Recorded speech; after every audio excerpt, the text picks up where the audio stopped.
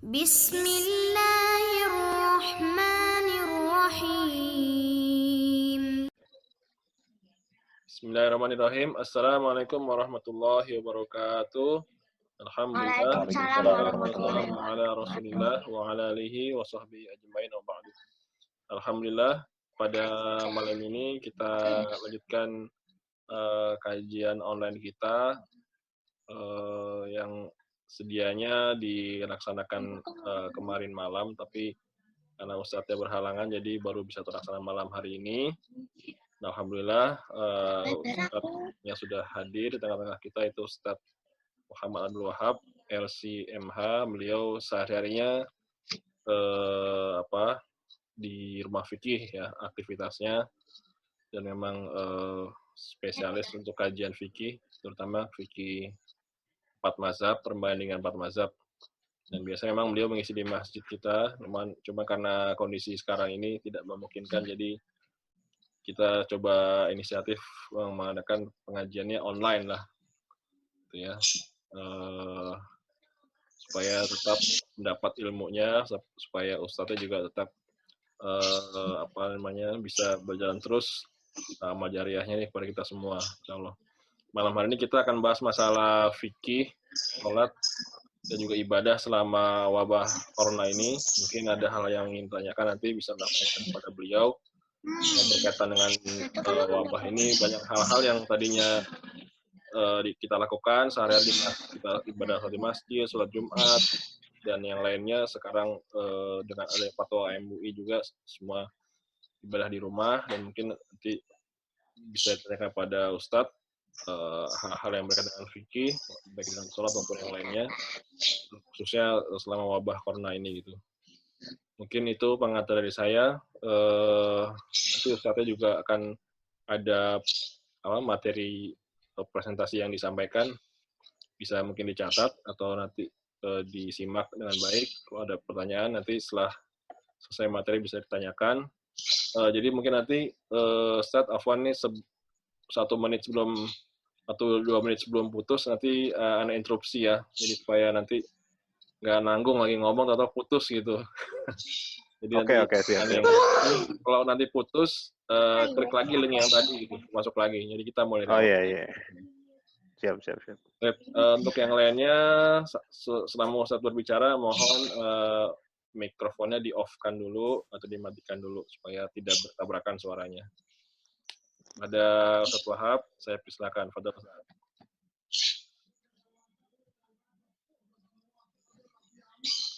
Ya, silakan. Ya, sebentar. Bismillahirrahmanirrahim. Assalamualaikum warahmatullahi wabarakatuh. Innal hamdalillah nahmaduhu wa nasta'inuhu wa nastaghfiruh wa na'udzu billahi min syururi anfusina wa min sayyiati a'malina. May yahdihillahu fala mudilla lahu wa may yudlil fala hadiyalah. Allahumma shalli wa sallim wa barik ala sayyidina Muhammadin wa ala alihi wa ashabihi wa rabbi shrah li sadri wa yassir li amri wahlul 'uqdatam min lisani yafqahu qawli, amma ba'd.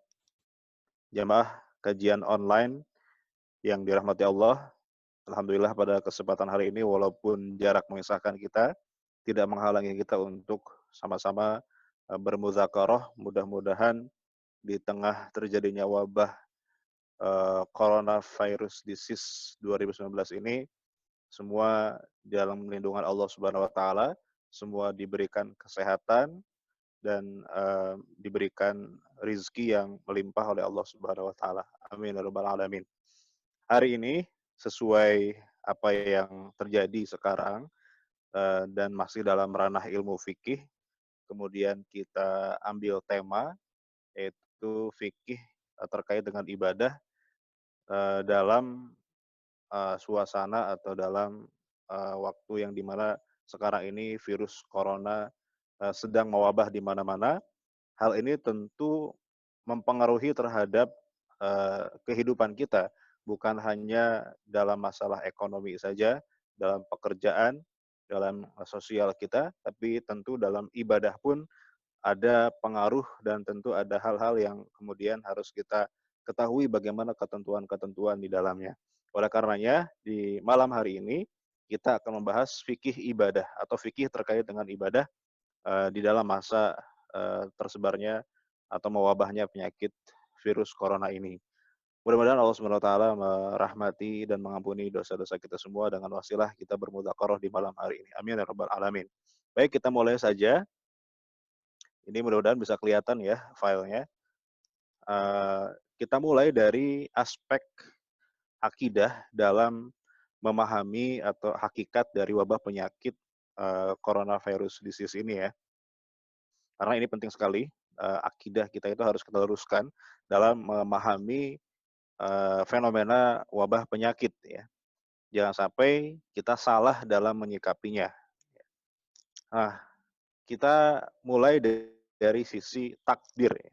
Karena terkait dengan virus ini banyak orang kemudian mengatakan kita kan mati hidup di tangan Allah ya, buat apa kita ikuti himbauan pemerintah gitu ya dan seterusnya. Kita mati atau enggak kan di tangan Allah Subhanahu wa taala. Nah, ini tentu berkaitan dengan akidah, apakah pernyataan seperti ini dibenarkan dalam Islam. Oleh karenanya kita mulai dari takdir itu sebetulnya terbagi dua. Ada takdir kauni atau takdir mubrom, ada takdir syar'i atau ghair mubrom. Takdir kauni itu apa? Takdir kauni atau takdir mubrom adalah takdir yang tidak bisa dirubah, manusia tidak bisa memilih, adalah mutlak kehendak Allah Subhanahu wa taala. Manusia tidak punya pilihan di dalamnya, yaitu takdir kauni atau takdir mubrom. Contohnya kita lahir sebagai orang Indonesia, ya kita lahir di rahim ibu kita. Nah, itu adalah takdir kauni, takdir mubrom, mutlak kehendak Allah, kita tidak bisa memilih. Kemudian kapan kita meninggal, ya dengan cara apa? Itu juga adalah takdir kauni atau takdir mubrom. Dan segala sesuatu di dunia ini terjadi atas kehendak Allah Subhanahu wa taala, itu kita atau para ulama sepakat. Tapi yang kedua ada yang disebut dengan takdir syar'i atau takdir ghair mubrom. Nah, takdir syar'i ini melibatkan manusia untuk memilih.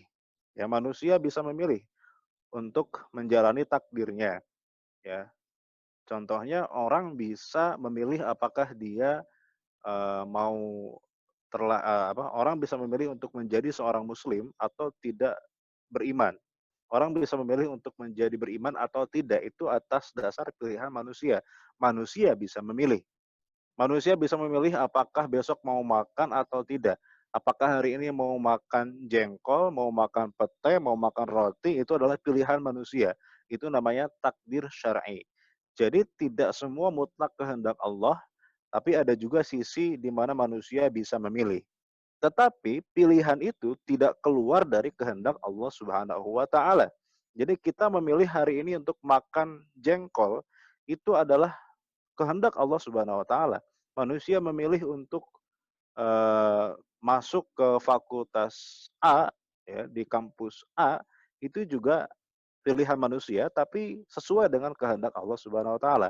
Nah, dalam menyikapi takdir ini ada 3 mazhab yang berbeda. 2 mazhab sesat, 1 mazhab Ahlus Sunnah wal Jamaah. Ada kalangan Jabariyah. Kalangan Jabariyah ini adalah kelompok yang menolak uh, pilihan dari manusia. Artinya menurut mereka, menurut orang-orang Jabariyah ini kelompok akidah dalam umat Islam, itu ada namanya Jabariyah. Mereka memahami bahwa semua ini adalah atas dasar kemauan Allah. Manusia tidak bisa memilih. Kita makan jengkol ya atas pilihan Allah, bukan pilihan kita.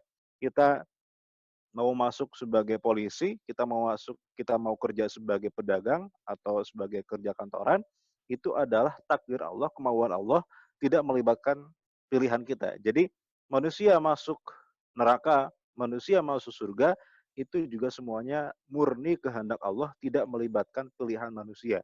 Ini kelompok Jabariyah. Mereka mengingkari adanya takdir syar'i, hanya ada takdir kauni saja.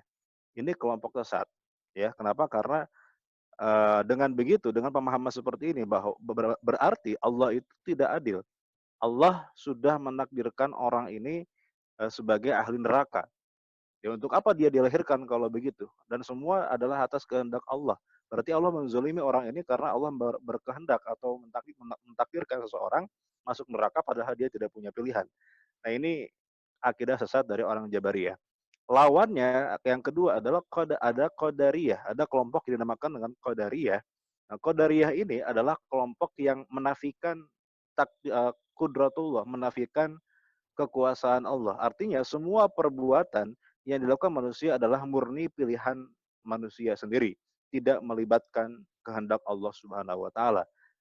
Dan bahkan menurut mereka Allah tidak tahu apakah manusia itu akan melakukan sesuatu di kemudian hari. Allah hanya tahu seseorang melakukan perbuatan itu ketika orang itu sudah berbuat. Sebelumnya Allah tidak tahu manusia mau berbuat apa. Karena semua atas dasar pilihan manusia, murni pilihan manusia, tidak melibatkan kehendak Allah. Ini kebalikan dari Jabariyah, Qadariyah. Nah, Ahlus Sunnah wal Jamaah itu menempatkan eh, posisinya di tengah-tengah, bahwa memang Allah punya kekuasaan untuk mentakdirkan atau untuk berkehendak terhadap apa yang terjadi di alam ini. Semua adalah atas dasar kehendak Allah Subhanahu wa taala. Tapi manusia juga diberikan pilihan untuk memilih. Ada hal-hal di mana manusia itu bisa memilih, ya. Untuk misalnya apakah dia ingin beriman atau tidak, ingin menerima hidayah atau tidak, itu melibatkan pilihan manusia. Nah, hanya saja pilihan manusia ini juga tidak keluar dari kehendak Allah, ya. Lebih jelasnya kita lihat nanti dalam hadisnya. Nah, mungkin begini, ada orang mengatakan kalau misalnya tempat kita di surga di neraka ya sudah ditentukan oleh Allah, buat apa kita beramal kalau begitu? Ini yang ditanyakan oleh sahabat Nabi, ya diriwayatkan oleh Ali bin Abi Thalib radhiyallahu taala anhu. Suatu saat Nabi Muhammad SAW itu berada dalam rombongan pelayat jenazah. Lalu beliau mengambil sesuatu untuk memukulkannya ke tanah. Kemudian beliau bersabda, tidak ada seorang pun kecuali tempatnya telah ditulis oleh Allah apakah di neraka atau di surga. Semua telah ditentukan di mana tempatnya nanti di akhirat. Kemudian setelah mendengar itu ada sahabat yang bertanya, wahai Rasulullah, kalau begitu, kalau misalnya tempat kita sudah ditentukan oleh Allah, apakah di neraka atau di surga, lalu buat apa kita beramal? Kita bertawakal saja terhadap takdir kita tanpa harus beramal kalau begitu. Karena sudah ada ketentuannya apakah kita di surga atau di neraka. Kemudian apa jawab Nabi? Nabi mengatakan beramallah kalian. Lakukanlah amal semampu kalian karena setiap orang akan dimudahkan kepada yang dicipta baginya. Jadi intinya begini, intinya adalah bahwa ya kita ini ditentukan oleh Allah Subhanahu wa taala tempatnya di akhirat nanti apakah di surga atau neraka sudah ada ketentuannya, sudah ada di Lauhil Mahfuz. Hanya saja masalahnya adalah kita tidak tahu apa takdir kita. Kita tidak tahu apakah kita akan dimasukkan ke neraka atau ke surga nantinya. Walaupun sudah ditentukan oleh Allah Subhanahu wa taala, tapi Allah tidak membuka rahasia itu. Itu adalah hal yang classified, yang dirahasiakan. Manusia tidak ada yang tahu takdirnya. Oleh karenanya yang bisa kita lakukan adalah beramal. Ya, beramal memantaskan diri supaya Allah mentakdirkan kita sebagai ahli surga. Itu yang bisa kita lakukan, gitu ya. Karena Allah Subhanahu wa taala tidak akan memasukkan seseorang ke surga atau ke neraka kecuali orang itu pantas. Allah tidak akan memasukkan orang ke neraka kecuali dia sudah pantas jadi ahli neraka. Allah tidak memasukkan seseorang ke surga kecuali dia pantas menjadi ahli surga. Karena Allah itu adalah Tuhan yang maha hakim, maha bijaksana. Oleh karenanya, tugas kita hanyalah memantaskan diri supaya kita ini layak dimasukkan ke surga. Itu tugas kita. Tidak perlu kita kemudian mengatakan, nggak usah beramal, kan sudah ada takdirnya. Bertawakal saja. Nah ini pemahaman yang keliru. Nah kaitannya apa dengan COVID-19 ini? Ada orang yang kemudian mengatakan begini, ngapain pemerintah larang-larang kita berkerumun, ya kan mati di tangan Allah, ya udah kita tawakal aja deh kepada Allah, ngapain kita lockdown segala, ngapain kita harus dilarang-larang keluar rumah, kan mati di tangan Allah, gitu ya. Nah ini sedikit persis atau mirip dengan keyakinannya keyakinan Jabariyah. bahwa semua ini atas kehendak Allah, tidak ada pilihan manusia. Padahal Allah itu memberikan manusia pilihan. Ya mungkin Allah sudah mentakdirkan kita akan mati atau tidak karena corona. Cuma Allah tidak akan mentakdirkan orang mati karena corona kecuali bagi mereka yang pantas mati karena corona. Nah, siapa yang pantas mati karena corona? Ya di antaranya orang yang bawel, orang yang bandel, tidak mau mengindahkan peringatan dari pemerintah bahwa tidak boleh keluar rumah. Kemudian dia keluar rumah, dia bersalaman dengan orang-orang lain, kemudian kebetulan mungkin dia berinteraksi atau ada kontak dengan orang yang positif, kemudian akhirnya positif. Nah, itulah orang yang pantas mati karena corona gitu ya, yang bandel. Nah, kita ini tugas kita bukan memang mati di tangan Allah, tapi kata Nabi, "I'malu", beramallah kalian supaya kalian pantas untuk menerima takdir kalian. Kalau kita mau tidak ditakdirkan, kalau kita pengen tidak ditakdirkan sebagai orang yang meninggal karena virus ini, maka kita harus beramal supaya kita pantas untuk tidak ditakdirkan sebagai orang yang meninggal karena corona. Yaitu dengan cara mengamalkan sebab-sebabnya gitu ya. Kita menghindari atau kita berusaha menghindari sesuai dengan himbauan dari ahli medis dan pemerintah gitu ya. Nah, ini tentu harus kita pahami bahwa kadang-kadang ada sebagian orang yang agak jabariyah dalam hal menghadapi virus corona ini sekarang ini gitu ya. Nah, kita Ahlussunnah wal Jamaah, kita tentu berkeyakinan bahwa mati di tangan Allah, tapi kita juga harus ada istilah takdir syar'i di mana kita harus beramal untuk supaya kita pantas dengan takdir kita gitu ya. Baik. Kemudian, nah ini juga ada hadis yang kemudian secara tegas berkaitan dengan takdir dalam masalah wabah penyakit ya. Kata Nabi Muhammad SAW dari Abu Hurairah radhiyallahu taala anhu, la adwa wala tirata wala hammata wala safar wa firra minal majdzumi kama tafirru minal asad.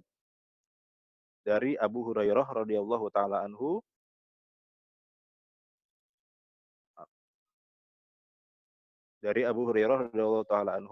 bahwa Rasulullah SAW bersabda bahwa tidak ada penyakit yang menular.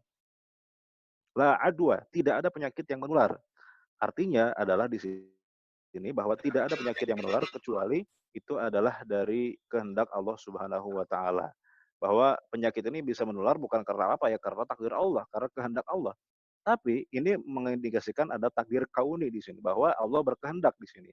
Tapi di akhir hadisnya Nabi malah kemudian memerintahkan, firra minal mazlum, kaburlah, larilah dari orang yang punya penyakit lepra. Penyakit lepra ini waktu itu penyakit yang mewabah ya. Seperti engkau lari dari kejaran singa. Artinya, Nabi juga memerintahkan untuk melakukan sesuatu yang dimana adalah bentuk kita menghindari wabah tersebut. Memang wabah ini adalah menularnya karena Allah, tapi kita juga harus menghindari hal tersebut. Gitu ya. Bahkan Nabi memerintahkan, firro minal mazdum. Baik. Nah, kemudian di balik dari wabah ini tentu ada hikmahnya bagi orang yang beriman, karena bagi orang beriman itu selalu mengambil hikmah dari setiap kejadian ya. Hikmah yang kita dapat dari bala atau cobaan berupa wabah ini diantaranya, pertama, setiap wabah, setiap penyakit yang kita alami itu adalah mengangkat derajat dan menghapus dosa kita. Ma yazalul bala'u bil mu'min wal mu'minah fi nafsihi wa waladihi wa malihi hatta yalqallaha wa ma'alaihi khadi'ah. Tidaklah ya ujian senantiasa menimpa orang beriman pada dirinya, pada hartanya, pada anaknya, hingga ia bertemu Allah dengan tidak membawa suatu dosa pun di atasnya. Jadi tentu bala ini, cobaan ini berupa wabah penyakit ini mudah-mudahan menjadi wasilah menghilangkan atau menghapus dosa-dosa kita sehingga kita bertemu Allah nanti di hari kiamat tanpa ada dosa sedikit pun, amin rabbal alamin. Nah, yang kedua, bahwa bala ini juga termasuk dari tanda kebaikan dari Allah Subhanahu wa taala. Inna idhamal jaza ma'idhamil bala. Sesungguhnya besarnya pahala yang kita dapatkan tergantung dari besarnya ujian. Semakin besar ujian, semakin besar pahala yang kita dapatkan. Innallaha idza habba qauman ibtalahum. Sesungguhnya Allah jika mencintai suatu kaum, maka Allah akan mencoba atau menguji mereka, memberikan mereka bala, cobaan. Faman radiya falahu ridha, orang yang ridho maka Allah akan memberikan keridhoannya, dan orang yang murka dengan adanya cobaan ini, maka Allah juga akan murka kepadanya. Yang ketiga, hikmah itu, ini hikmah yang paling besar mungkin ya, bahwa kata Nabi, ini hadis riwayat Bukhari Muslim, hadisnya sahih, bahwa at-ta'unu syahadatun likulli muslim. Mati karena menderita ta'un, wabah penyakit termasuk corona ini, adalah syahid bagi setiap muslim. Jadi orang muslim yang mati karena corona, orang muslim yang meninggal karena positif coronavirus, ini kata Nabi termasuk ta'un yang mana orang meninggal karenanya menjadi syahid. Tapi bukan berarti kita kemudian mencari mati, ya itu namanya bunuh diri. Maksudnya adalah orang yang kemudian sudah menghindar dari wabah ini, tapi kemudian qadarullah dia meninggal, maka meninggalnya dalam keadaan syahid. Yang keempat, bahwa kalau kita bersabar dalam menghadapi ujian ini, maka kata Allah Subhanahu wa taala dalam surat Az-Zumar ayat 10, "Innama yuwaffas sabiruna ajrahum bighairi hisab." Sesungguhnya hanya orang-orang yang bersabarlah yang dicukupkan pahalanya, pahala mereka tanpa batas. Jadi pahala kita akan dapatkan tabungan tanpa batas di akhirat gitu ya. Ketika kita bersabar ketika menghadapi bala atau cobaan berupa virus ini gitu ya. Nah, kita masuk ke dalam fikih menghadapi wabah penyakit. Ya, dalam menghadapi penyakit ini ada fikih atau apa yang harus kita perhatikan ya. Pertama, ketika terjadi wabah penyakit, ya pandemi, ya, maka kita wajib menghindar. Haram hukumnya kita kemudian malah mengejar-ngejar virus itu, ya, atau kita berbuat sesuatu yang malah menjerumuskan kita untuk terkena virus itu. Kita wajib menghindar. Kenapa? Karena tadi Nabi dalam hadis yang tadi kita bacakan itu secara tegas memerintahkan, firra minal mazlum, kaburlah dari orang yang terkena lepra, kaburlah, jangan malah dekati. Jadi karantina ini, isolasi ini justru sesuai dengan perintah Nabi bahwa kita harus menghindari kerumunan, kita harus menghindari potensi kita terkena oleh virus ini, jangan malah kita menjerumuskan diri kita, ya. Maka perintah pemerintah, kemudian para pihak yang berwenang untuk kita tinggal di rumah, stay at home, hashtag di rumah saja, nah itu justru sesuai dengan perintah Nabi. Firra minal mazlum, kaburlah dari orang yang terkena lepra. Lepra pada waktu itu penyakit yang mewabah gitu ya. Kama tafiru minal asad, sebagaimana kamu kabur dari kejaran singa. Gitu ya. Saking kita harus kabur gitu ya. Nah di sini bahwa fikihnya adalah wajib menghindar hukumnya dari serangan virus ini, dari potensi kita terkena virus corona disease ini ya. Nah kemudian uh, dalam hadis yang lain ini yang mengisyaratkan bahwa kita wajib menghindar ya. Bahwa suatu saat ada rombongan delegasi dari Bani Saqif yang datang kepada Nabi. Di antara rombongan itu ada orang yang terkena lepra, penyakit yang mewabah waktu itu. Kemudian sebelum dia datang ke Madinah, sampai ke Madinah, Nabi mengutus seseorang untuk mengatakan, inna qad baya'naka farji. Sesungguhnya kami sudah membaiat kalian, pulanglah sekarang. Tidak usah datang ke Madinah. Jadi Nabi malah melarang mereka datang ke Madinah. Pulang saja. Kenapa? Karena di situ ternyata ada orang yang terkena wabah penyakit. Nah, maka di sini usaha Nabi untuk menghindari terkena dari penularan wabah penyakit waktu itu. Kemudian sikap kita dalam menghadapi wabah penyakit ini, yang kedua adalah tetap optimis, berprasangka baik kepada Allah dan hanya berkata yang baik-baik saja. Tidak boleh kita berprasangka buruk kepada Allah. Wah, ini kalau corona begini nih, pasti ekonomi kita hancur. Pasti kita kembali ke zaman purba. Nah, itu kata-kata yang tidak baik. Allah tidak suka itu. Kita harus tetap optimis, berprasangka baik kepada Allah. Dalam sebuah hadis riwayat Anas bin Malik, ini hadis sahih riwayat Bukhari Muslim, anna Nabi sallallahu alaihi wasallam qala la adwa wa la tirata wa yu'ajibunil fa'lu. Tidak ada penyakit menular tanpa izin Allah dan tidak ada pengaruh dikarenakan seekor burung, tetapi yang mengagumkanku ialah al-fa'lu, yaitu optimisme, yaitu kalimah hasanah atau kata-kata yang baik. Jadi dalam keadaan buruk sekalipun kita harus tetap optimis, harus berprasangka baik kepada Allah karena Allah itu dekat dengan prasangka hambanya kepadanya. Kalau hamba berprasangka buruk kepada Allah, maka Allah pun akan kemudian merealisasikan apa yang dia sangkakan. Dan kalau seorang hamba berprasangka baik kepada Allah, Allah pun akan memberikan suatu kebaikan kepada orang tersebut. Jadi dalam keadaan seburuk apapun, kita harus tetap optimis dan selalu berkata baik. Termasuk di media sosial ya, banyak orang kemudian menyebarkan pesimisme, menyebarkan kengerian-kengerian, kepanikan-kepanikan ya. Nah, sesungguhnya tidak boleh begitu. Kita harus menyebarkan energi positif, kita harus menebarkan kalimat-kalimat yang memberikan optimisme, bukan malah uh, membuat orang panik gitu ya. Ini hadis riwayat muttafaq alaih atau Bukhari Muslim. Nah, yang ketiga, sikap kita adalah harus mengkarantina diri, tetap berada di wilayah terdampak atau tidak memasukinya. Jadi kata Nabi Muhammad SAW riwayat Usamah bin Zaid, "Idza waqa'a bi ardin wa antum biha fala tafiru minhu. Idza sami'tum bihi fala tadkhulu alaih." Kalau kamu melihat ada wabah di suatu tempat, maka jangan masuk ke tempat itu. Dan kalau kamu sudah ada di suatu tempat di mana virus itu mewabah, maka jangan kabur dari situ. Nah, ini juga fikihnya. Maka karantina wilayah atau lockdown ya, itu juga sebetulnya termasuk dari anjuran dari Nabi Muhammad SAW sesuai dengan perintah Nabi Muhammad SAW supaya tentu ini usaha kita, ikhtiar kita untuk mencegah terjadinya penularan yang semakin meluas. Ya.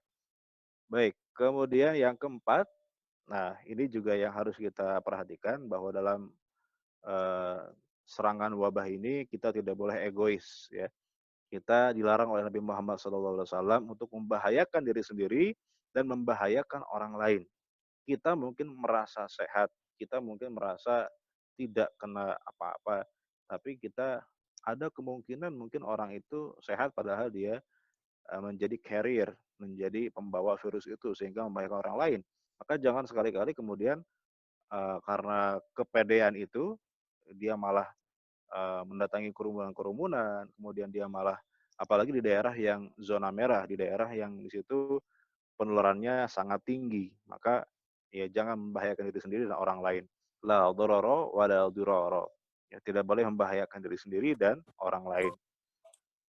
Baik, kemudian baru kita masuk sekarang ke serba-serbi ibadah di tengah penyebaran wabah penyakit. Ini masih connect ya ini ya, suaranya ya. Pak Indra, halo, masih connect? Ustaz, 2 menit lagi, 2 menit lagi.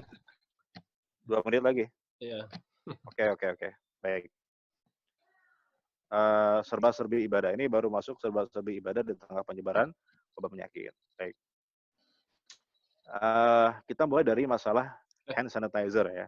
Kita tahu hand sanitizer ini mengandung alkohol karena alkohol ini katanya menjadi zat yang membunuh virus ya. Sehingga hand sanitizer itu ya yang bagus katanya pakai alkohol gitu kan. Cuma masalahnya dalam fikih Islam, apakah alkohol ini benda suci atau najis?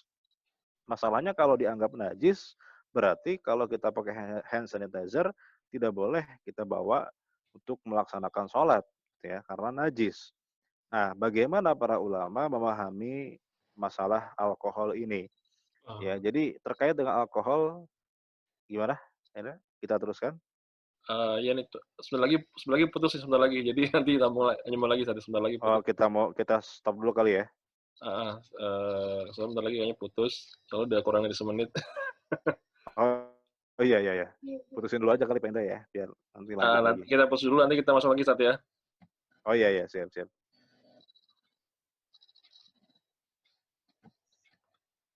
Baik. Saya buka dulu filenya. Oh, iya.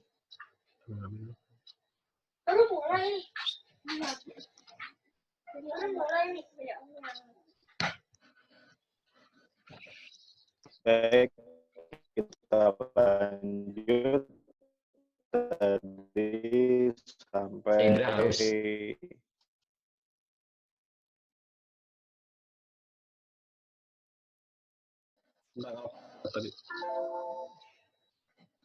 Nah ini ya. Jadi masalah hand sanitizer ini karena mengandung alkohol ya, ulama memang beda pendapat dalam masalah alkohol ini apakah termasuk najis atau suci. Tapi paling tidak begini, khamar itu kan masalahnya adalah khamar ya. Alkohol ini apakah termasuk khamar atau bukan? Kalau khamarnya sendiri, kita katakan jumhur ulama memang mengatakan itu najis, mayoritas ya. 4 mazhab sepakat mengatakan khamar, minuman memabukkan itu hukumnya najis.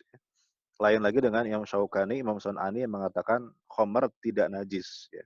Jadi ulama beda pendapat dalam masalah khamar. Cuma masalahnya adalah, oke lah mayoritas mengatakan khamar itu najis. Tapi apakah alkohol itu termasuk khamar atau bukan? Nah itu pertanyaan berikutnya.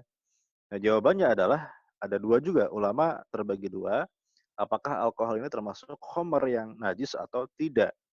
Nah, sebagian mengatakan alkohol ya khamar ya alkohol. Kenapa?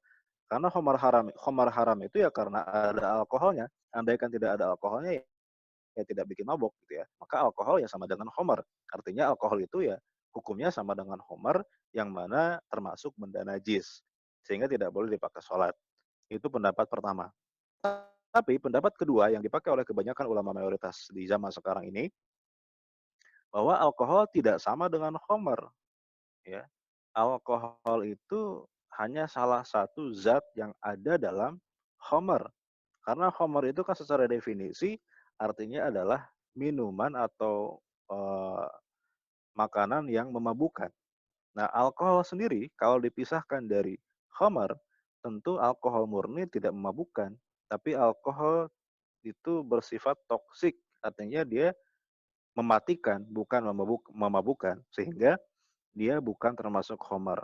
Ya, alkohol bukan khamar, dan alkohol itu banyak dalam benda-benda yang terdapat di sekitar kita, ya, dalam cat, dalam tisu tisu galon ya, tisu basah itu kan kadang-kadang ada alkoholnya dalam parfum.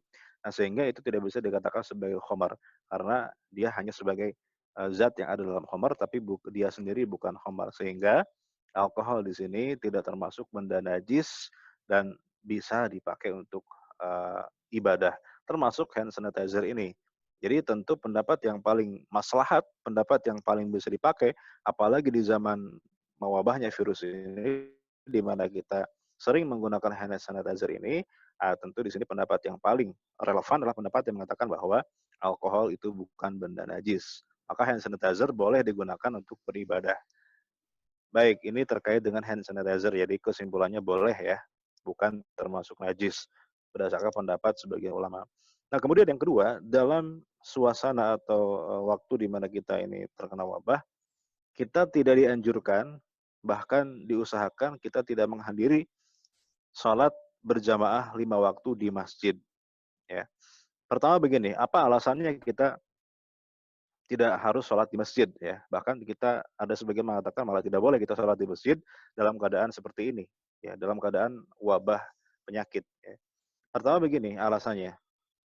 Pertama, ya, ulama beda pendapat tentang hukum sholat berjamaah. Apakah fardu ain, fardu kifayah, atau sunnah muakkadah. 3 pendapat itu. Ada yang mengatakan wajib, ada yang mengatakan fardu kifayah saja, bahkan ada yang mengatakan sunnah muakkadah seperti dalam madhab Syafi'i. Artinya tidak sholat berjamaah pun tidak menjadi dosa karena hukumnya sunnah muakkadah, hanya rugi saja. Ini dalam keadaan normal, dalam keadaan tidak ada wabah. Yang kedua, ulama sepakat bahwa menjaga keselamatan diri dan orang lain adalah wajib. Oleh karenanya, kalau kita bandingkan dua hal ini, pertama, menjaga keselamatan hukumnya adalah qat'i. Tidak ada perbedaan pendapat di antara para ulama. Ulama semuanya sepakat itu hukumnya wajib. Menjaga keselamatan jiwa. Baik jiwa diri sendiri ataupun jiwa orang lain. Tapi yang kedua, hukum salat berjamaah ternyata hukumnya zonni. Masih multitafsir. Masih ada ulama yang mengatakan hukumnya sunnah. Sehingga sesuatu yang qat'i, sesuatu hukum yang pasti, itu lebih diutamakan daripada yang tidak pasti atau zonni.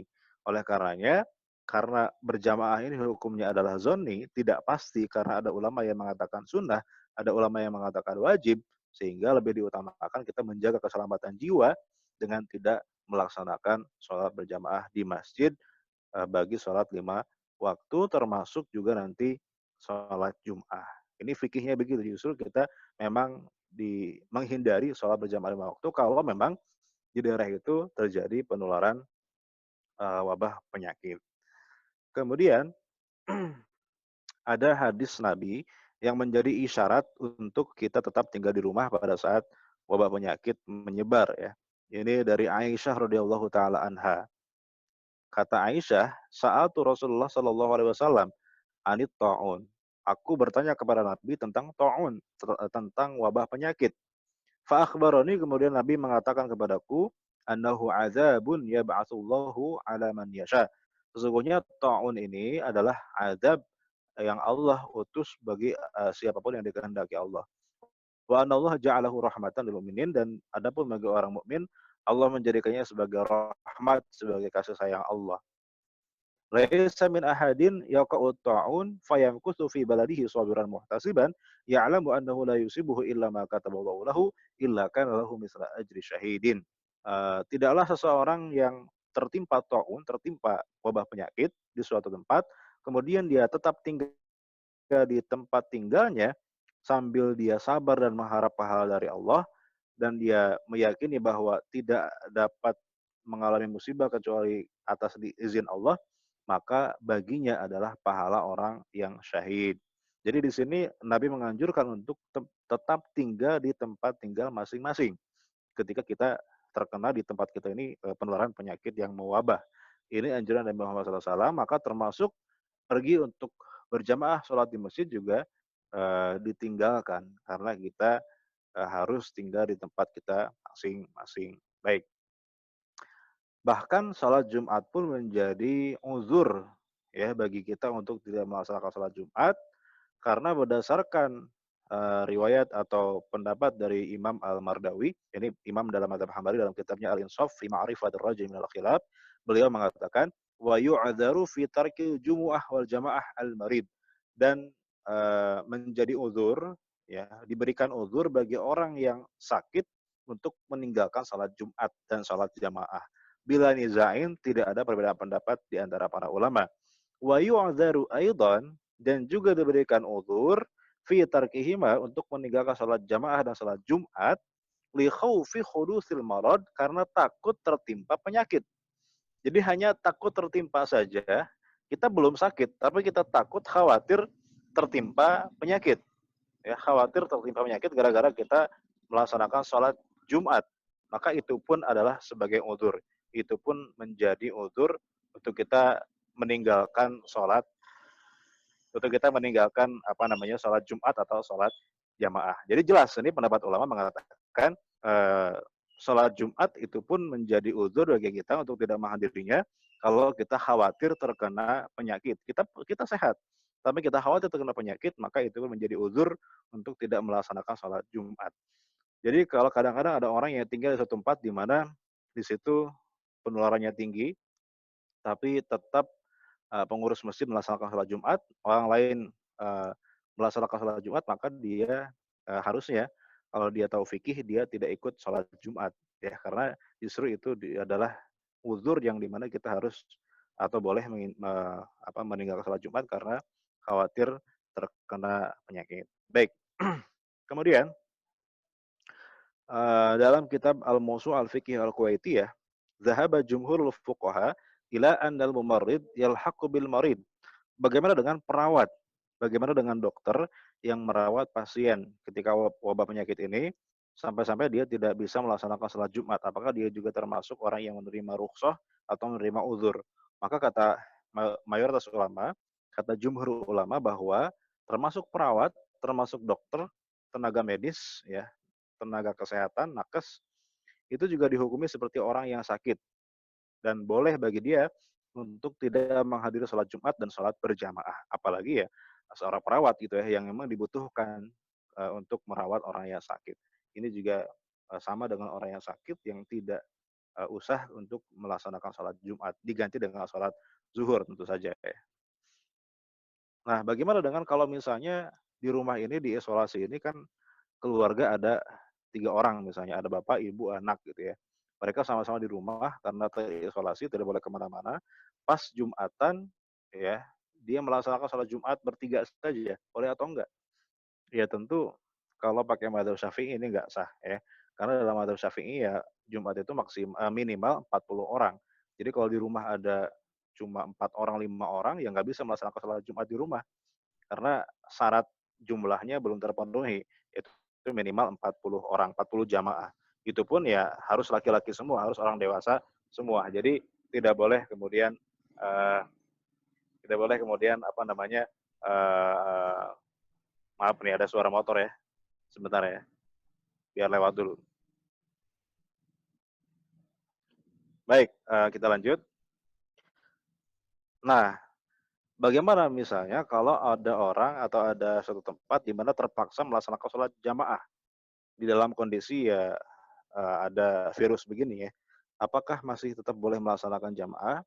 Ya sebetulnya boleh-boleh saja, tapi dengan perhatikan bahwa ada istilah physical distancing ya, ada jaga jarak.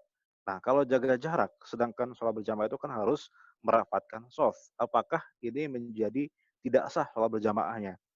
Kan ada ya di sebagian tempat itu orang berjamaah tapi softnya apa namanya terpisah-pisah ya antara satu dengan yang lainnya itu jaraknya lebar sekali ya padahal kan kita diperintahkan oleh imam itu kan rapatkan dan luruskan saf tapi ini malah renggang ya karena ada virus apakah seperti ini jamaahnya sah atau tidak. Nah ini kata Imam Nawawi dalam kitab Al-Majmu' Syarah Al-Muhadzab beliau mengatakan begini, la yushtaratu ittisalu sufuf idza lam yakun ha'ilun bal yasihul iktida idza lam yazid ma bainahuma ala 300 dhira. Tidak disyaratkan tidak disyaratkan tersambungnya shaf jika antara makmum dan jamaah salat tidak ada penghalang dan bahkan salat berjamaah tetap sah jika antara shaf tidak lebih dari 300 hasta, 300 siku. Ya, jadi 300 siku aja itu masih boleh, apalagi cuma 1 meter atau 1,5 meter, itu masih dibolehkan untuk sholat berjamaah dalam keadaan seperti itu. Jadi yang harus kita pahami adalah bahwa merapatkan shaf itu bukan sebuah kewajiban, bukan syarat sah sholat berjamaah. Artinya dalam keadaan normal pun, tidak ada virus pun, orang kok shafnya itu renggang, ya jamaahnya tetap sah, sholatnya tetap sah. Ya mungkin tapi dia tidak melaksanakan kesunahan jamaah, yaitu harus merapatkan shaf. Tapi itu bukan syarat jamaah. Artinya ini tidak mesti dilakukan. Artinya dalam keadaan normal pun ya tetap sah. Apalagi dalam keadaan ada virus begini.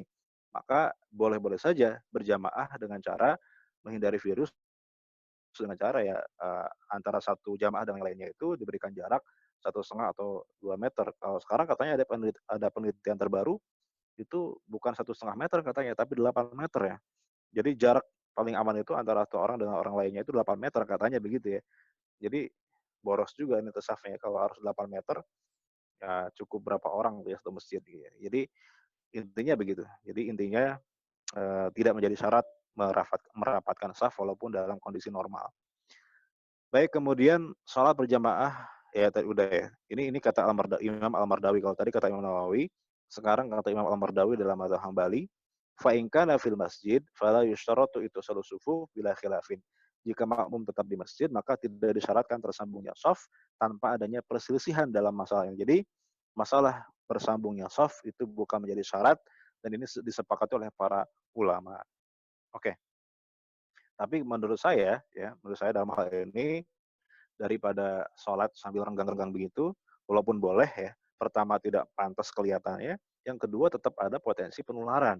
Jadi sebaiknya memang nggak usah berjamaah sama sekali, sholat di rumah masing-masing saja gitu ya, daripada sholat jamaah tetap, tapi ya softnya dipisah-pisah begitu, pertama ya kurang bagus aja kelihatannya dan masih ada potensi penularan di situ ya, karena kan begitu masuk masjid pasti kan ketemu ya pendekatan gitu kan. Nah jadi lebih baik justru ya tetap sholatnya di rumah sendiri-sendiri saja, tidak usah sholat berjamaah di masjid bagi orang yang ada di tempat di mana penularannya relatif tinggi ya. Seperti di Jakarta ya, di Tangerang, baik. Baik, kemudian, nah sekarang kalau kita sholat sambil pakai masker di wajah, ya itu hukumnya boleh atau enggak ya? Nah, ini kata Ibnu Abdul Bar, ajma'u ala anna 'alal mar'ah an takshifa wajhaha fi sholati wal ihram. Jadi ulama sepakat bahwa bagi wanita boleh membuka wajahnya pada saat sholat dan ihram haji. Bahkan Nabi Muhammad SAW melarang laki-laki melakukan hal tersebut, yaitu menutup wajah saat sholat dan ihram. Jadi pada dasarnya hukum asalnya kita dimakruhkan menutup wajah pada saat sholat. Jadi kalau pada saat-saat normal kita makruh hukumnya menutup wajah kita entah pakai masker, entah pakai sorban, itu pada saat sholat makruh. Kita harus membuka wajah kita, termasuk bagi perempuan. Nah, tapi adapun jika karena adanya hajat seperti keberadaan laki-laki non mahram, maka hilanglah kemakruhannya. Maka kalau ada hajat, ada kebutuhan di mana misalnya pada saat virus ini supaya tidak terjadi penularan, pakai masker, maka ini tentu menghilangkan kemakruhannya. Maka jadi boleh kita memakai masker pada saat sholat. Baik, kemudian kita lanjut ke bab terakhir, ya. Bagaimana tata cara sholat pasien dan tenaga kesehatan? Ya. Soalnya begini, pasien yang pingsan, ini terkait dengan pasien yang pingsan karena kadang-kadang ada orang yang pingsan gitu ya. Ah, bagaimana hukum sholatnya? Apakah ketika dia pingsan, sholat yang dia tinggalkan itu wajib diqodho atau tidak? Ya. Pertama begini, ulama sepakat bahwa jika saat sadar ia masih dapat sebagian waktu sholat, maka sholat pada waktu tersebut tetap wajib dilakukan. Jadi misalnya sholat duhur itu dari jam 12 sampai jam 3 sore ya. Kemudian dia pingsan sebelum masuk waktu zuhur. Dia sadar setengah 3, artinya waktu zuhur masih tersisa. Maka ulama sepakat wajib dia melaksanakan sholat duhur ya karena masih ada waktunya. Nah, tapi kalau misalnya dia siumannya itu jam 4 sore, ya sudah lewat waktu zuhur. Nah, apakah dia masih wajib mengqadha sholat zuhurnya? Nah, di sini ulama beda pendapat. Menjadi 3 mazhab. Pertama, mazhab mayoritas atau mazhab jumhur dari kalangan mazhab Maliki, Syafi'i, dan sebagian Hambali, itu mereka mengatakan tidak wajib diqadha. Jadi orang yang pingsan, asalkan pingsannya itu seluruh waktu, ya, dia sadar itu sudah keluar waktunya, maka tidak wajib lagi dia qadha salatnya, gugur kewajiban salatnya, ya. Tapi mazhab kedua, mazhab Abu Hanifah dan Imam Abu Yusuf muridnya, itu tergantung dari jumlah salat yang ditinggalkan. Kalau kurang dari 5 salat, jadi dia pingsannya itu cuma 3 waktu salat misalnya, maka dia tetap wajib mengqadha 3 salat tersebut. Tapi kalau lebih dari 5 salat, dia tidak wajib qadha. Ini yang dikatakan oleh mazhab Hanafi ya. Nah, yang ketiga, sebagian kalangan Hambali itu mengatakan mutlak wajib qadha, mau itu salatnya 3, 4, 5 atau lebih, nah tetap dia wajib mengqadha salatnya kalau dia pingsan. Nah, ini dalilnya mana ya dalilnya? Ini kita baca dalil dari mayoritas ulama yang mengatakan tidak wajib diqadha ya. Dan tadi madzhab Syafi'i, madzhab Maliki, madzhab Hanafi mengatakan tidak wajib diqadha. Kenapa? Ada nggak dalilnya? Dalilnya adalah hadis riwayat Ad-Daruqutni dari Aisyah radhiyallahu taala anha, sa'alat Rasulullah sallallahu alaihi wasallam. Dia bertanya kepada Nabi Muhammad sallallahu alaihi wasallam tentang orang yang pingsan kemudian dia meninggalkan salat. Apa kata Nabi? Laisa bisyai'in min dzalika qada'un. Dia tidak wajib mengqadha apapun illa ayyugma alaihi fi waktu salat, kecuali kalau dia pingsan di waktu salat kemudian dia sadar dan masih di waktu salat tersebut. Nah, jadi ini hadis menjadi dalil bagi mayoritas ulama yang mengatakan bahwa kalau dia pingsan sepenuh waktu sholat, maka dia tidak wajib mengqadha apapun. Dia siuman pada saat sholat sudah berakhir, maka dia tidak wajib mengqadha sholat yang dia tinggalkan pada saat dia pingsan. Ini yang menjadi pegangan dari mazhab jumhur atau mayoritas ya. Tapi mazhab Hambali tadi, sebagian mazhab Hambali mengatakan wajib qadha, juga punya dalil, tapi dalilnya bukan hadis. Ini dalilnya adalah amal dari para sahabat Nabi. Sahabat Nabi di antara Ammar bin Yasir, itu ketika dia pingsan 3 hari ya, kemudian dia bertanya kepada sahabat yang lain, apakah hal sholat itu, apakah aku sudah sholat? Kemudian para sahabat mengatakan, kamu tidak sholat semenjak 3 hari. Karena dia pingsan 3 hari. Maka langsung kemudian dia meminta air wudhu, kemudian dia berwudhu, kemudian sholat untuk mengqadha 3 hari yang dia tinggalkan ketika dia pingsan. Jadi sahabat Nabi sendiri mengqadha, berarti kan ya masa sahabat Nabi melakukan hal yang tidak diajarkan Nabi. Oh berarti Nabi mengajarkan untuk mengqadha sholat. Nah ini yang menjadi pegangan mazhab Hambali. Jadi ya intinya sih kalau kita ingin hati-hati ya, kita mengqadha sholat kita ketika kita pingsan. Ya. Mudah-mudahan kita tidak dijauhkan lah dari hal-hal seperti itu ya. Baik. Bagi nakes ya, bagi tenaga kesehatan, nah ini juga agak dilematis karena harus pakai APD, alat pelindung diri, pakai hazmat ya, bahkan katanya dia berjam-jam harus pakai APD tersebut, tidak boleh dibuka, karena kalau dibuka nanti susah lagi gitu ya. Dan dia harus pipis di situ, harus, buang air di situ, dia pakai pampers gitu ya, karena nggak bisa buka APD-nya itu. Nah, ini terkait dengan sholatnya bagaimana ya? Kalau dia tidak bisa wudhu karena nggak bisa buka APD-nya itu, kemudian dia berhadas di situ, nah lalu bagaimana dia sholat? Apakah gugur kewajibannya atau tidak gitu ya? Nah, begini, dalam kondisi, normal artinya dia bisa buka APD-nya, maka dia tentu wajib sholat. Dia bisa berwudu, dia wajib sholat. Tapi dalam kondisi tidak normal, artinya dia tidak boleh, SOP-nya itu tidak boleh misalnya dia membuka APD-nya, maka dan dia tidak bisa bersuci, ya, maka hukumnya seperti hukum faqidut tahurain. Hukumnya seperti orang yang kehilangan air dan tanah untuk bersuci. Jadi orang itu kalau di suatu tempat di mana dia tidak menemukan air, tidak menemukan tanah untuk bersuci, maka disebut sebagai faqidut tahurain.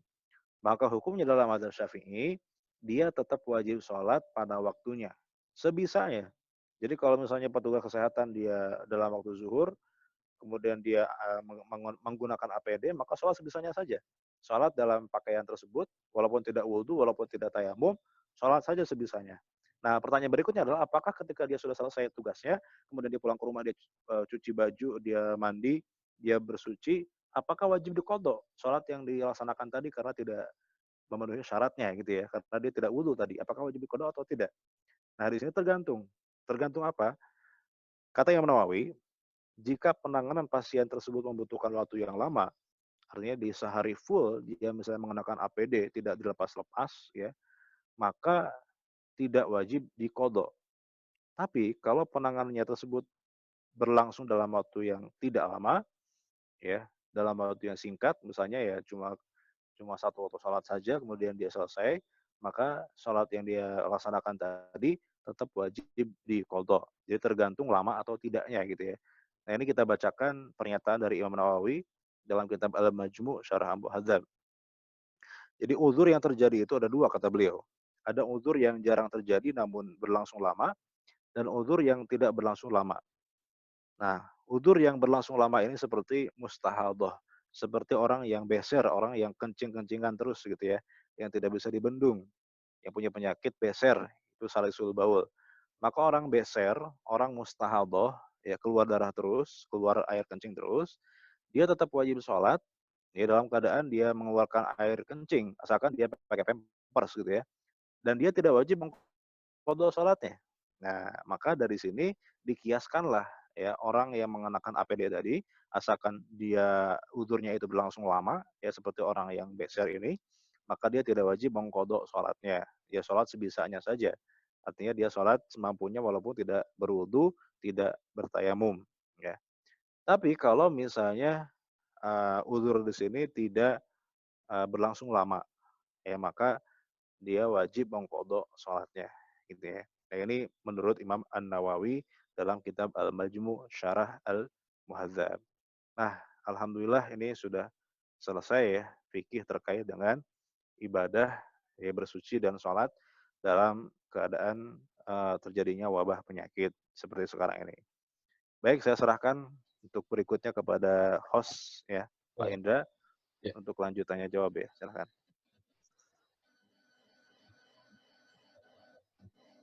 Paparan materi tentang fikih sangat lengkap ya, mulai dari pemahaman akidahnya, diluruskan kembali bagaimana sikap kita sebagai seorang muslim mensikapi atau menghadapi adanya wabah ini.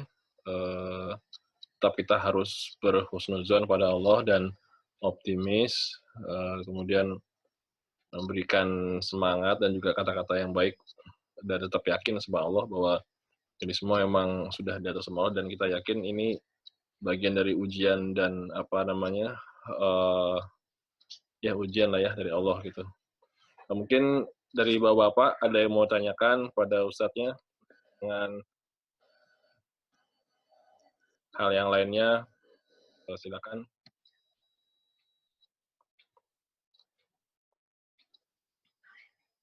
Silakan Pak, ada yang mau tanyakan Pak? Ya, sambil ngopi ya, nggak apa-apa ya.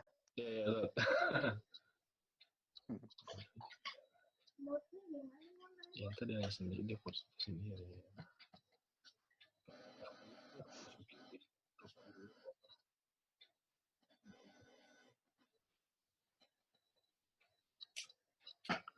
Atau dari saya Sat ya?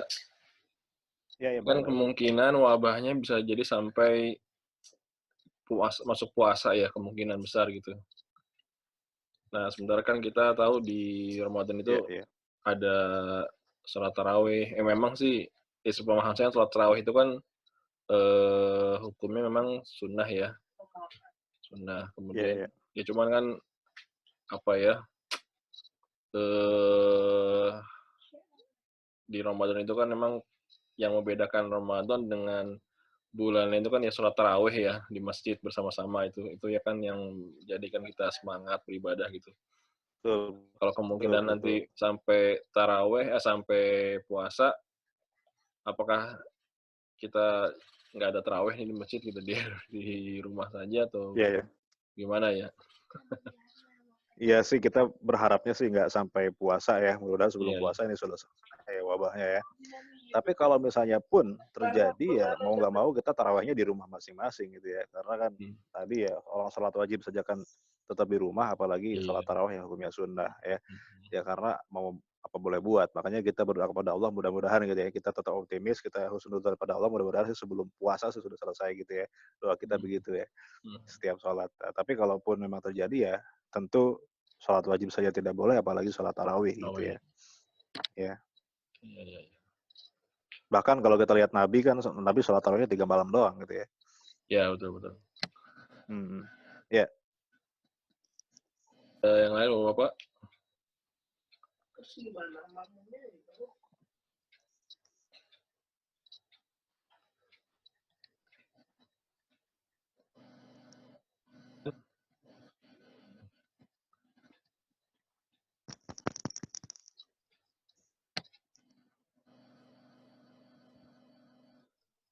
Halo, ini nggak ada suaranya ini. Oh, ya. Oh ya.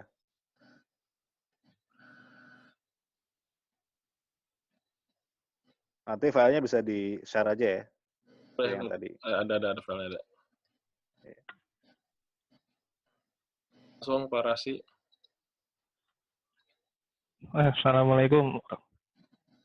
Waalaikumsalam warahmatullahi wabarakatuh.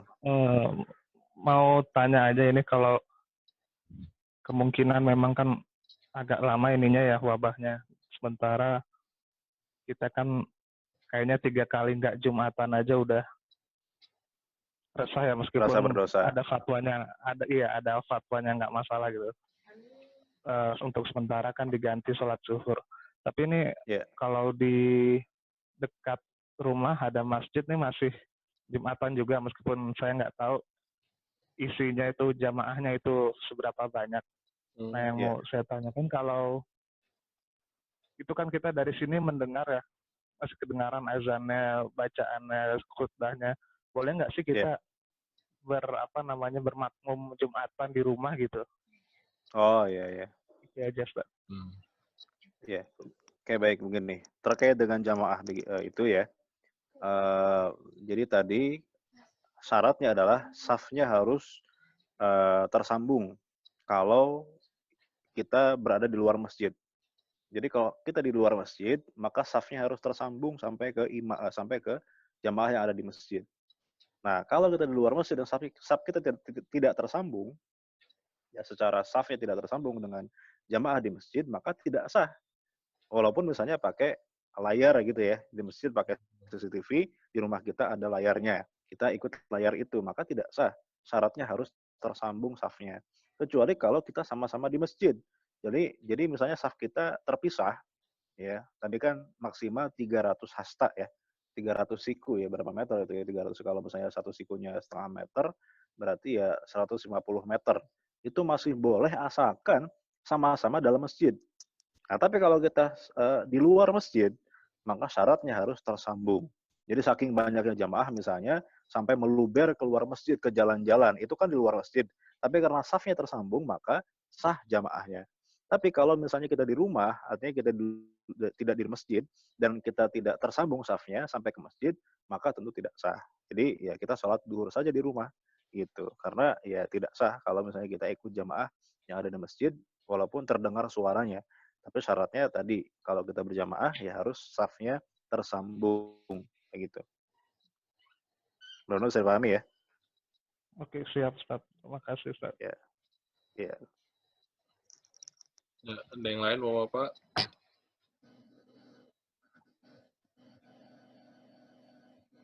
Tadi.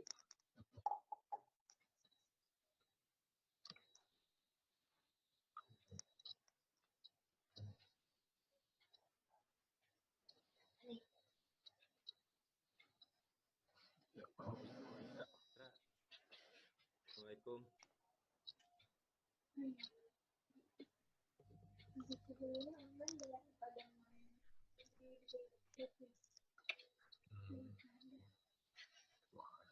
Pak Fauzan, mangga Pak Fauzan. Assalamualaikum Pak Indra. Paling filenya aja sepertinya perlu ya untuk filenya aja nanti minta di copy ya.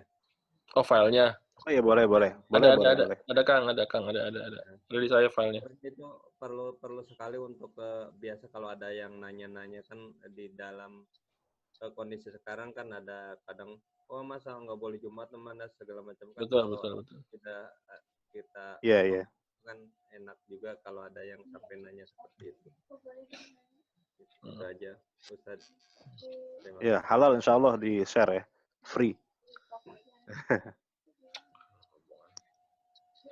Atau gini Ustaz, ada ya masjid yang jadi case-nya itu Jumatannya udah nggak ada. Karena kan mungkin menghindari orang-orang luar dari luar sholat dalam masjid. Tapi sholat berjamaahnya masih ada gitu, walaupun direnggang-renggangkan safnya. Jamaah zuhur maksudnya? Nah, jamaah rawatib masih ada gitu, zuhur, asar, maghrib. Masih ada. Oh, ada gitu. tuh di dekat sini masih ada. Jadi Jumatannya nggak ada, tapi yang rawatibnya masih ada gitu. Itu gimana ya? Artinya salat Jumat kan harusnya lebih wajib dari sholat 5 waktu gitu kan. Salat Jumat nggak ada, ya masa sholat wajib yang lain masih ada gitu. Harusnya ya kalau Jumatan nggak ada, harusnya sholat yang lain juga harusnya nggak ada juga gitu. Nah, jadi sebagian mereka jadi kita artinya takut ya.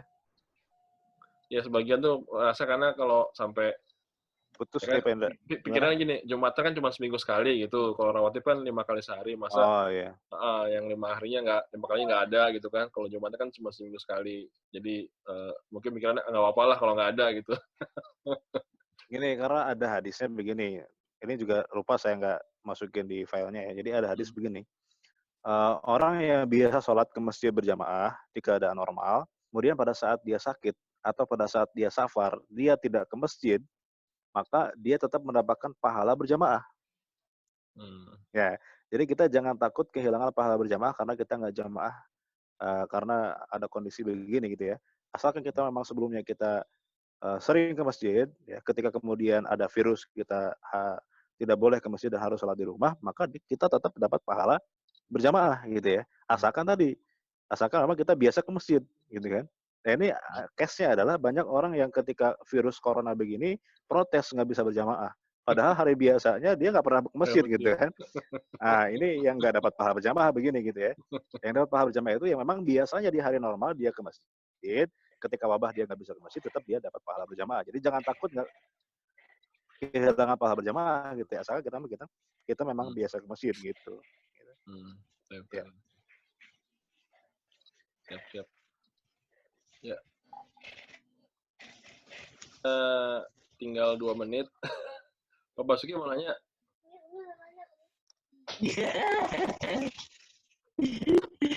Boleh sih. Minumnya mana sih? Hah? Minumnya mana nih? Minumnya mana? Ini nggak ada bala-balanya, nggak ada gorengannya nih. Baik. Terima kasih atas kesempatannya. Assalamualaikum warahmatullahi wabarakatuh, Ustaz. Waalaikumsalam warahmatullahi wabarakatuh. Afwan, Ustaz. Agak terlambat tadi karena harus beres-beres dulu rumah. baru selesai tadi habis mau menjelang Isya. Ya, Gini Ustaz, mengenai mungkin kan lockdown ini kan sebetulnya kan sudah ada zamannya mungkin pada saat itu adalah sahabat ya mungkin ya yang ceritanya Iya, di zaman adalah Umar. kalau diceritakan zaman Umar. Nah sejauh ini kan mungkin pemerintah dalam hal ini khilafah gitu ya Umar bin Khattab menjamin gitu segala kebutuhan yang yang dibutuhkan oleh masyarakatnya ketika lockdown gitu. Iya. Kalau Amr bin As mau memerintahkan adalah masing-masing menyingkir gitu ya. Ada yang di gunung-gunung, mungkin ada yang di lembah, barang bikin seperti itu. Jadi wabah akan segera cepat berlalu gitu. Yeah. Tapi nampaknya kan, ya mohon maaf sekali lagi kan pemerintah kita ini kayak agak gagap gitu kan dengan kondisi seperti ini.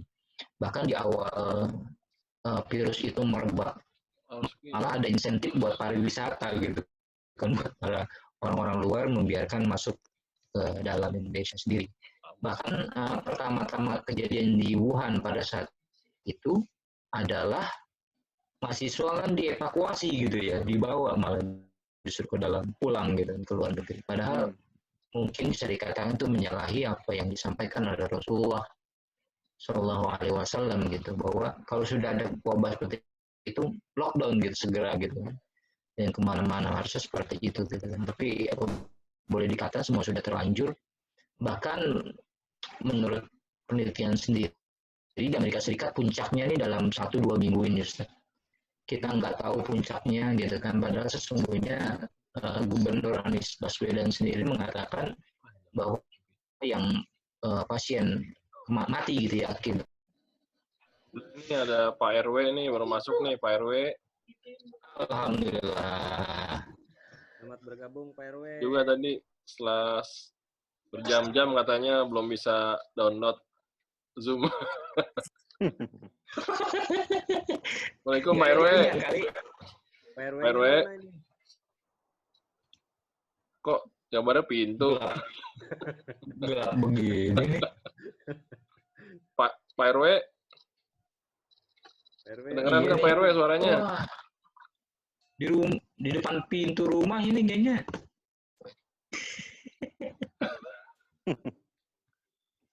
Pak RW. Mungkin yang lain ada yang tanya mungkin. Sambil ngobrol Set, nggak apa Set ya? Ngambil ngisi waktu. Iya, santai aja. Ustaz ini di emperan masjid atau dalam masjid Ustaz? Di rumah. Ini di depan SMK ini, depan sekolah. Oh. Habis ada sekolah, ini sekolahnya Asmaul Husna itu pikir di emperan masjid. Iya. Enggak di sekolah ini. Soalnya ini tempat paling tinggi di kampung nih. Sinyalnya paling besar di sini. Oh, di kampung Ustaz nih. Iya. Di mana Ustaz? Di Tasik. Di Tasik. Oh, Tasik. Aduh, Pak RW. Ini di Tasik aja nyambung, Pak RW. Masih di Kamboja nggak nyambung. Paketnya belum diaktifin kayaknya tuh. RW mukanya setengah doang. Kumisnya nggak kelihatan kumisnya. Ini Pak RT juga gelap-gelapan begini. Pak RT nyalain lampu, Pak RT. Bapak Ojan. Ya. Lampunya nyalain. Gelap. Pertanyaan lagi Sat dari Anis. Ini ya boleh. Bukannya pesimis atau ini ya, atau apa takut berlebihan, tapi kalau nih sampai Idul Fitri belum selesai juga wabahnya. Nah itu kalau sholat Id bagaimana ya kira-kira nanti? Kalau memang sampai Idul Fitri belum selesai masih ada wabahnya, apa dibolehkan tidak ada sholat Id ya? Gimana Ustaz? Ya saya sih yakin kalau MUI pasti mengharamkan ya. Oh gitu ya. Ya karena sholat wajib aja kan nggak boleh, apalagi nggak ya sholat ya. Id yang sifatnya sunnah ya. Nah, cuma ya kita sayang aja kan sholat setahun sekali kok malah iya, nggak dilaksanakan gitu ya. Cuma ya Ya kita berharap aja nggak sampai Idul Fitri ya. Kalau Ya, penggantinya gimana saat ya. sholat? Apa bisa di rumah gitu atau nggak bisa ya? Nah kalau misalnya pendapatnya Mazhab Syafi'i, sholat Id itu tidak disarankan berjamaah. Jadi boleh munfarid, boleh sendiri-sendiri. Ya tentu, Oh, tapi tidak, kalau sendiri ya tidak ada khutbahnya ya. Salat iya, 2 iya. rakaat aja ya. Gitu. Oh, Tapi mazhab yang lain mengatakan, mazhab Hanafi itu mengatakan jamaah itu menjadi syarat sahnya. Jadi kalau nggak jamaah ya nggak sah gitu. hmm. Gitu. Oh, Jadi kalau mazhab Syafi'i ya boleh kita salat sendiri-sendiri di rumah masing-masing gitu. Dengan 2 rakaat ya. ya, ya. Nggak usah berjamaah ya. Jadi sendiri-sendiri aja Sat ya. Iya, iya. Nggak apa-apa. Sendiri-sendiri aja. Tapi nggak pakai khutbah ya kalau sendiri ya. Kalau berjamaah sama anak istri gitu boleh atau gimana? Baiknya? Eh, Jadi gini, sebetulnya sholat itu ya, kalau pakai mazhab Syafi'i ya. Artinya kalau 3-4 orang di rumah, kalau mau berjamaah pakai mazhab Hanafi ya. Kalau Hanafi 3 orang sah gitu ya. Kalau Oh, Syafi'i ya nggak 40 gitu ya. Nah, boleh tuh pakai mazhab oh, Hanafi gitu ya. 3 orang di rumah berjamaah. Tapi yang khutbah ya siapa bapaknya misalnya gitu ya. Yang dengerin 2 orang, 2 orang oh, doang gitu. gitu ya. Iya. Iya, iya, iya. Nggak masalah sih kalau mau boleh pakai mazhab Hanafi. Gitu. Iya, iya, iya. Nggak apa-apa, Ustaz. Kita juga di MISI kan mazhabnya gado-gado, Ustaz. Kita. Ya, mazhab campur-campur. Iya, mazhab campur-campur. Iya, Enggak iya. siramin nih kuah kacang. Ya itu untungnya jadi orang awam tuh begitu ya. Kita boleh taklid. Alhamdulillah. RW, mana Pak RW nih suaranya, Pak RW? Pak RW mana malah foto keluarga Pak RW. Assalamualaikum, Pak RW. Nah, udah ada nih.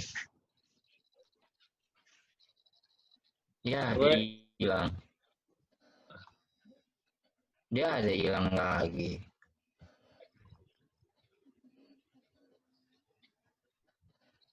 Itunya belum di-onin. Speakernya Pak RW. Mic-nya di on, Pak RW. Ntar saya WA Pak RW nih. Saya japri. Dari host nggak bisa host. Nggak bisa, dia sendiri yang ini.